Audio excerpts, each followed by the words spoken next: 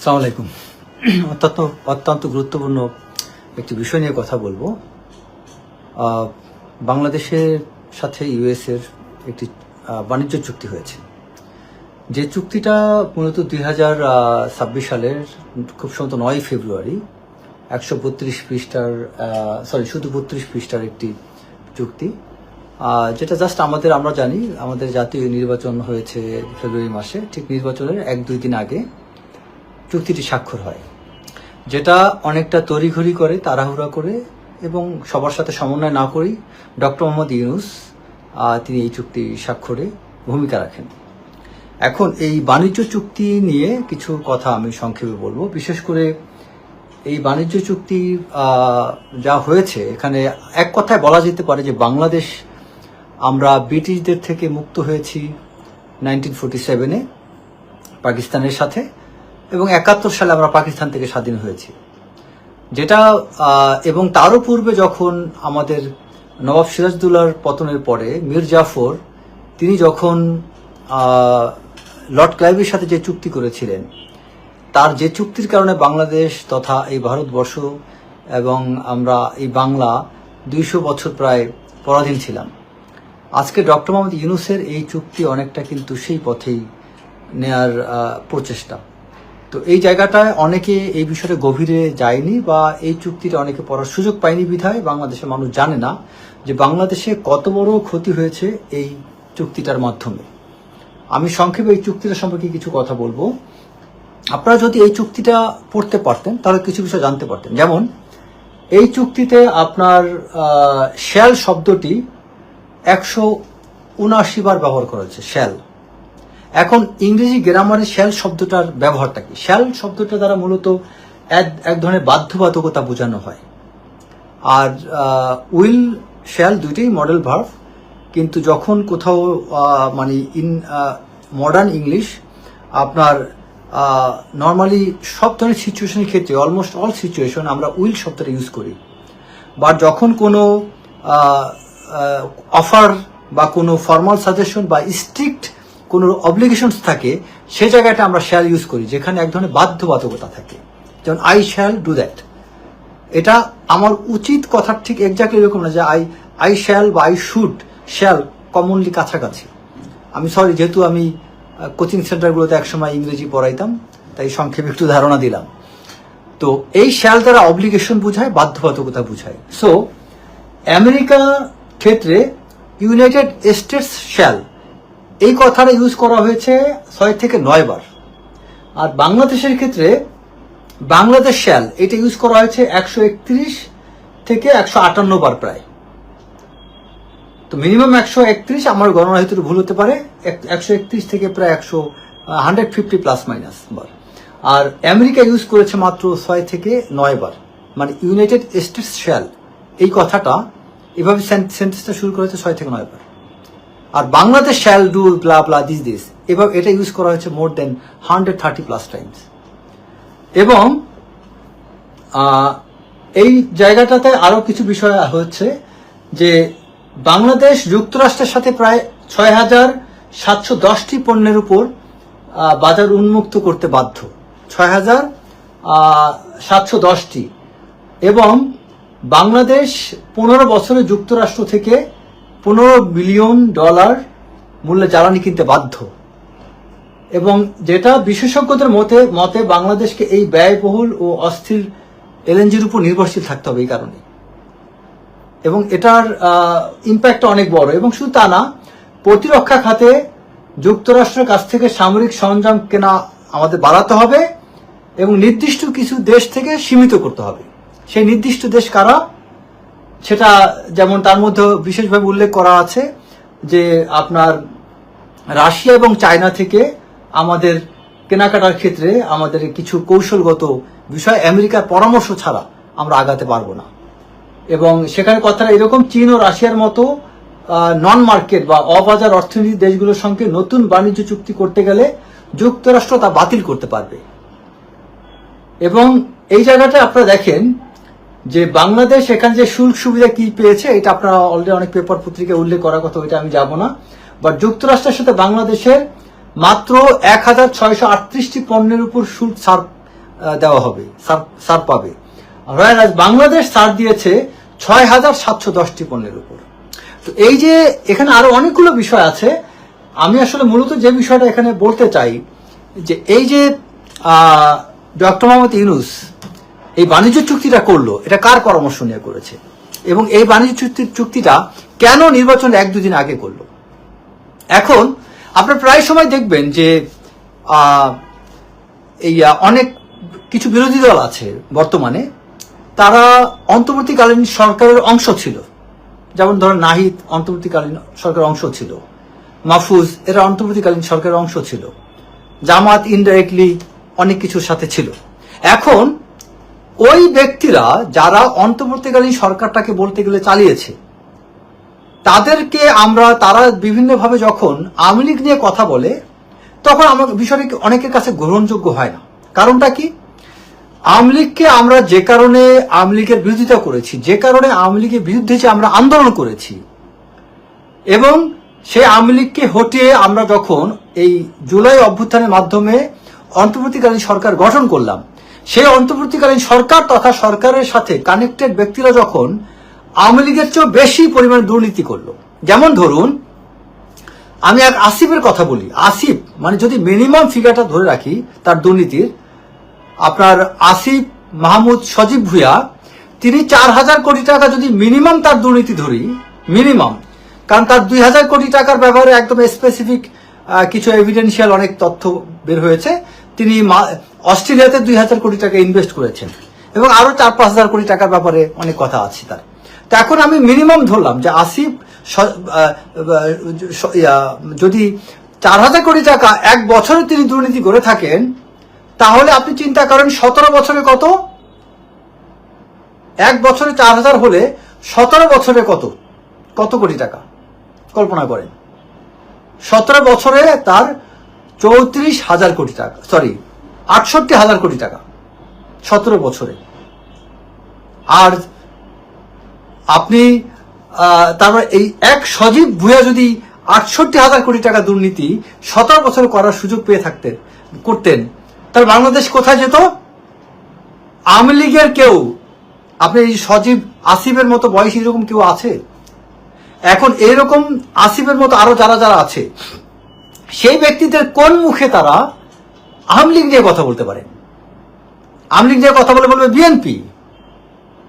আওয়ামী লীগ নিয়ে কথা বলার অধিকার তো এনসিপির এদের কারো নাই, কারণ এদেরকে বাংলাদেশের মানুষ এদের দিক তাকিয়েছিল, ভরসা করেছিল যে এরা বাংলাদেশটাকে উদ্ধার করবে, এরাই বাংলাদেশটাকে সামনে নিয়ে যাবে, এরাই বাংলাদেশের সংস্কার করবে, বাংলাদেশ পুনর্গঠন করবে।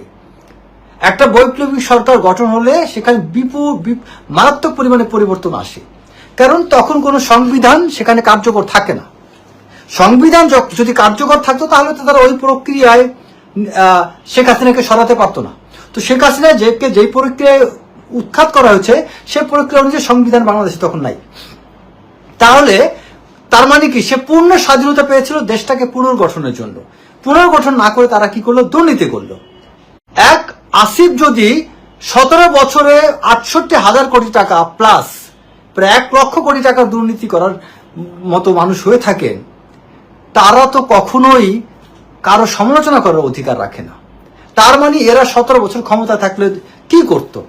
ডক্টর মোহাম্মদ ইউনূস যদি, এই অন্তর্বর্তীকালীন সরকার যদি এই 1-1.5 বছরের মাথায় এই চুক্তি করতে পারে, যেই চুক্তির মাধ্যমে দেশটাকে বলতে গেলে বিক্রি করে দিয়েছে, যেই চুক্তির মাধ্যমে বিএনপিকে একটা কঠিন পরিস্থিতির মুখে ফেলে দিয়েছে, একটা নির্বাচিত সরকার ক্ষমতা এসে স্বাধীনভাবে যে কাজ করবে সেই কাজের অবস্থানটাকে জটিল করে দিয়েছে এই অন্তর্বর্তীকালীন সরকার। আমি তো মনে করি তারেক রহমান যথেষ্ট ধৈর্যের পরিচয় দিচ্ছে। কোন শ্রুট অতি চতুর কেউ যদি রাষ্ট্রপ্রধান হতো এই মুহূর্তে, তাহলে তারা প্রত্যেকে এখন জেলে থাকতো। এই ইউনূস এবং ইউনূস গং যারা, এই আপনারা 32 পৃষ্ঠার এই চুক্তিটা যদি ভালো করে পড়েন, আপনারা অনেক কিছু নিতে পারবেন না। আমি কিছু বিষয় এখানে একটা জিনিস বলি যে দেখেন, আপনার এই চুক্তির কারণে বিশ্ব বাণিজ্য সংস্থা WTO নিয়ম অনুযায়ী বাংলাদেশ একতরফাভাবে যুক্তরাষ্ট্রকে যে শুল্ক ছাড় দিচ্ছে তো অন্য দেশগুলো, সদস্য দেশগুলোকেও দিতে হতে পারে। এতে রাজস্ব ব্যাপকভাবে ক্ষতিগ্রস্ত হওয়ার আশঙ্কা রয়েছে। তারপরে গুরুত্বপূর্ণ এই চুক্তিটি সংসদীয় পাবলিক পর্যায়ে যথাযথ আলোচনা ছাড়াই চূড়ান্ত করা হয়েছে। সংসদ সদস্য যেটা রুমিন ফারহানা তার একটা এটা বাতিল করার কথা উল্লেখ করেছিলেন।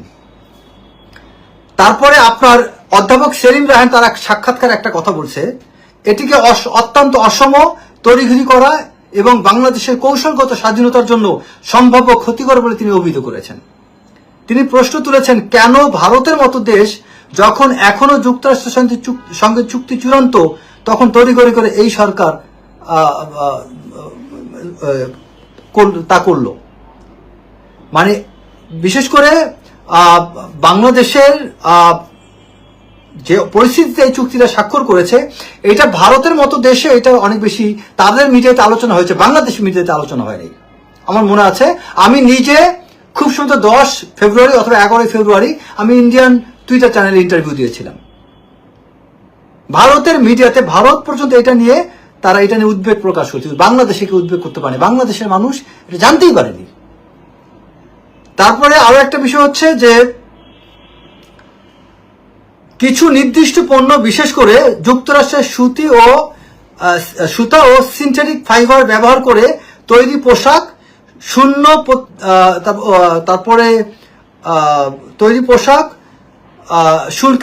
শূন্য শুল্কে রপ্তানি করা যাবে। তবে বিশ্লেষকরা বলেছেন যুক্তরাষ্ট্রের কাঁচামাল ব্যবহারের বাধ্যবাধকতা ও নিয়মকানুন এই সুবিধার কার্যকারিতা কমিয়ে দিতে পারে। বাংলাদেশি পণ্যের উপর যুক্তরাষ্ট্রের আরোপিত প্রতিশোধমূলক সব শুল্ক মানে কথাটা বলা যেতে পারে 20% থেকে কমে 19% হয়েছে। শুল্ক আরোপের আগে এই হার ছিল 15 থেকে 16%। চিন্তা করেন। তার মানে আমরা এই চুক্তির মাধ্যমে আমরা ভালো না করে আমরা খারাপটা বেশি পাচ্ছি। এই চুক্তি কার্যকরভাবে বাংলাদেশকে যুক্তরাষ্ট্রের কৌশলগত অবস্থানের সঙ্গে যুক্ত করেছে। চীন ও রাশিয়ার মতো নন মার্কেট বা অবাজার অর্থনীতির দেশগুলোর সঙ্গে নতুন বাণিজ্য চুক্তি করতে গেলে যুক্তরাষ্ট্র তা বাতিল করতে পারবে। তার মানে বাংলাদেশ এখন অন্য কোনো রাষ্ট্রের সাথে যে কোনো বাণিজ্য চুক্তি করতে গেলে সেখানে বাধা আছে, কোনো প্রতিরক্ষা চুক্তি করতে গেলে বাধা আছে, প্রতিরক্ষা সংক্রান্ত কোনো সরঞ্জামাদি কেনাকাটা করতে গেলে বাধা আছে। তাহলে বাংলাদেশের নিরাপত্তা অ্যাকচুয়ালি কোথায়? এবং এই বিষয়গুলো আপনার এই যে যারা আপনার এখন যে বিরোধী দল আছে, এনসিপি আছে, জামাত আছে, তারা এটা নিয়ে কোনো কথা বলে দেখেন? কোন আওয়াজ আছে এটা নিয়ে? তারা আছে কোনটা নিয়ে? বাংলাদেশ বিক্রি হয়ে যায় যাক, কিন্তু জুলাই সনদ এটা নিয়ে তাদের একটাই মাথা ব্যথা। জুলাই সনদের বাইরে আর কোনো কথা নাই। এখন সত্যিকার অর্থে আমি মনে করি এদের এই যে আওয়ামী লীগকে ফ্যাসিস্ট নাম দিয়ে তারা তাদের যে একটা অবস্থান তৈরি করতে চাচ্ছে, আমি সত্যি কথা, এটা আপনাদের শুনতে খারাপ লাগতে পারে। আওয়ামী লীগ যেই দলটাকে আমরা এতটা বিরোধিতা করছি, এতটা ঘৃণা, এত ক্ষোভ, এত কিছু প্রকাশ করেছি, সেই আওয়ামী লীগ তারা পর্যন্ত আমেরিকার কাছে বাংলাদেশটাকে এভাবে কোনো চুক্তির দ্বারা জিম্মি করে দেননি, যেটা এই অন্তর্বর্তীকালীন সরকার এবং তাদের এলাই এনসিপি জামাত যেটা করেছে। তার মানে তাদের ক্ষমতায় টিকে থাকাটা এতটাই জরুরি, বাংলাদেশ বিক্রি হয়ে যাক, ধ্বংস হয়ে যাক। এবং আমি আশা করি বিএনপির চেয়ারম্যান এবং প্রধানমন্ত্রী তারেক রহমান তিনি অত্যন্ত ম্যাচিউরলি এই বিষয়গুলো ডিল করবেন। তিনি বাংলাদেশের স্বার্থ আগে দেখবেন। তিনি তাকে মনে রাখতে হবে যে বাংলাদেশ বাঁচবে তখনই যখন বাংলাদেশের জাতীয়তা ইন্টারেস্টটা আগে দেখা হবে, এবং বাংলাদেশের কোনো একক দেশের সাথে জিম্মি বাংলাদেশ কোনোদিন হবে না। বাংলাদেশের সাথে সম্পর্ক থাকবে সব রাষ্ট্রের। বাংলাদেশ এমন ভাবে চলবে যেন সব কান্ট্রি তারা প্রতিযোগিতা বা প্রতিনিয়ত তারা কম্পিটিশন লিপ্ত থাকে, কে আগে এসে বাংলাদেশের সাথে সম্পর্ক করবে। বাংলাদেশ যখন একটা শক্ত অবস্থানে যেতে পারবে তখন বাংলাদেশকে তখন চায়না চাইবে। বাংলাদেশ শক্ত অবস্থানে গেলে বাংলাদেশকে যখন চায়না চাইবে তখন চায়নার চাওয়া দেখে ভারত চাইবে। বাংলাদেশকে যখন ভারত চাইবে সেই ভারতের চাওয়া দেখে বাংলাদেশকে তখন রাশিয়া চাইবে। বাংলাদেশকে যখন রাশিয়া চাইবে সেই রাশিয়ার চাওয়া দেখে বাংলাদেশকে তখন ইউরোপ, আমেরিকা, মিডল ইস্ট সবাই চাইবে। সো বাংলাদেশকে নিতে হবে এমন একটা জায়গায় যেই বাংলাদেশকে সবাই চাইবে। বাংলাদেশ কারো কাছে বিয়ে বসবে না, বাংলাদেশ কারো কাছে বিক্রি হবে না। বাংলাদেশের সাধারণ মানুষ এই ধরনের বিশেষ চুক্তি সম্পর্কে তাদের ধারণা কম, আর তাদেরকে তো যেখানে এই চুক্তি সম্পর্কে বিজ্ঞ জ্ঞানী মানুষের কাছে গোপন রাখা হয়েছে, আর যে সাধারণ মানুষের ধারণা কম সেই সাধারণ মানুষ কি করে এই চুক্তি নিয়ে কথা বলবে? এই সাধারণ মানুষের ধারণা না থাকার কারণে এই ডক্টর মোহাম্মদ ইউনূস শুরুভাবে এই চুক্তি দিয়ে তিনি পার পেয়ে যাচ্ছেন। ইউনূসকে বাংলাদেশ থেকে ত্যাগ করতে দেওয়া যাবে না।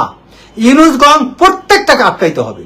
আমি মনে করি যে বাংলাদেশে আওয়ামী লীগ তাদের রাজনীতি উন্মুক্ত করার যদি দরকার হয় তা করে দিতে হলেও তাও ইউনূসকে যেন ছাড় দেওয়া না হয়। কারণ বাংলাদেশের সবচেয়ে বড় যে কি বলবো যে ইন্টারেস্ট ওই জায়গায় ইউনূস আঘাত করছে, এবং ইউনূসের আঘাতের প্যাটার্নটা দেখেন। তিনি মাত্র 1-1.5 বছর ক্ষমতায়, 1-1.5 বছরে তিনি যে অনিষ্ট করেছেন 17 বছরে আওয়ামী লীগ তা করেনি। এটা একদম স্পষ্টত। আওয়ামী লীগের ক্ষতি যেটা রাষ্ট্রপ্রধানের চেয়ে আওয়ামী লীগের ক্ষতিগুলো করেছে আওয়ামী লীগের কতগুলো ব্যক্তি, যেমন এই জিয়াউল আহসান টাইপ, তারেক সিদ্দিকীর মতো মানুষ, হারুনের মতো মানুষ, এরা। কিন্তু আওয়ামী লীগ সরকার, আওয়ামী লীগ শেখ হাসিনা তিনি যদি সত্যিকার অর্থে এই নোংরা মানুষগুলাকে শেল্টার না দিতেন, আজকে তিনি এতটা আস্থা করে নিক্ষিপ্ত না হইতেন না। এই ইতিহাস থেকে শেখ হাসিনার শিক্ষা নেওয়া উচিত যে বাংলাদেশের স্বার্থ যদি তিনি দেখে থাকতেন তাহলে এইসব মানুষগুলোকে তিনি জায়গা দিতেন না। আর একই সাথে তার মধ্যে এই আফসোস হওয়া উচিত তার শেখ হাসিনার এই বড় ভুলের জন্য, ব্লান্ডারের জন্য আজকে ইউনূস বাংলাদেশে এসে বাংলাদেশে আজকে এত বড় প্যারাক মারতে পারছে। এইটার জন্য শেখ হাসিনার সাজা হওয়া উচিত। কারণ তার ভুলের কারণে ইউনূস বাংলাদেশে এসে, যিনি বাংলাদেশের নাগরিক না, তার পরিবার নাগরিক না, তার সন্তান না, তিনি কি করে বাংলাদেশের স্বার্থ দেখবেন? ইউনূস তো বাংলাদেশের স্বার্থ দেখার কথাই না। এই ইউনূসকে যারা বাংলাদেশে এনেছে প্রত্যেকের সাজা হওয়া উচিত, প্রত্যেকের। আমরা যারা ইউনূসের পক্ষে প্রথম দিকে বক্তব্য দিয়েছি, আমাদের আসলে আমি নিজে আমার সাজা চাই, যা আমি নিজে ইউনূসের পক্ষে কিছু কথা বলেছিলাম। প্রত্যেকের এটার জন্য অনুতপ্ত হওয়া উচিত এবং ঘৃণা করা উচিত যে ইউনূসকে কেন আমরা এতটা জায়গা দিয়েছিলাম, এবং এই ইউনূসকে কোনো মতে আমাদের ভাগতে দেওয়া উচিত না, তাকে দেশের মধ্যে আটকে রাখা উচিত। এবং আমি আশা করি বাংলাদেশে প্রেস ক্লাব থেকে শুরু করে বিভিন্ন জায়গায়, এবং বিএনপিকে অনুরোধ করবো তাদেরও উচিত, সরকার ক্ষমতায় থাকুক, বিএনপি সরকার ক্ষমতায়, কিন্তু রাজনৈতিক দল হিসেবে বিএনপির বিজ্ঞ নেতাকর্মী তাদের উচিত এটা নিয়ে কথা বলা, এবং প্রেস ক্লাবের সামনে এটা নিয়ে প্রেস ব্রিফিং করা বা এটা নিয়ে মানববন্ধন করা যে এই চুক্তি বাতিল করতে হবে এবং এই চুক্তি নিয়ে সবাইকে কথা বলতে হবে। এবং এই চুক্তির যদি আমেরিকার সাথে আমরা অবশ্যই সম্পর্ক ভালো করবো, বাট এই চুক্তি সংশোধন নির্বাচিত সরকার কর্তৃক এই চুক্তি হবে। ডক্টর মোহাম্মদ ইউনূস হচ্ছে আমেরিকা তাদের দেশের সিটিজেন, তাদের দেশের একজন নাগরিক কর্তৃক এই দেশের এই চুক্তি স্বাক্ষরিত হতে পারে না, যেই চুক্তি সাধারণ মানুষ জানেই না, যেই চুক্তির সাথে নির্বাচিত সরকারের কোনো সম্পর্কই নেই। আশা করি সবাই বিষয়টা জানার চেষ্টা করবেন, বোঝার চেষ্টা করবেন। সবাইকে ধন্যবাদ। আসসালামু আলাইকুম।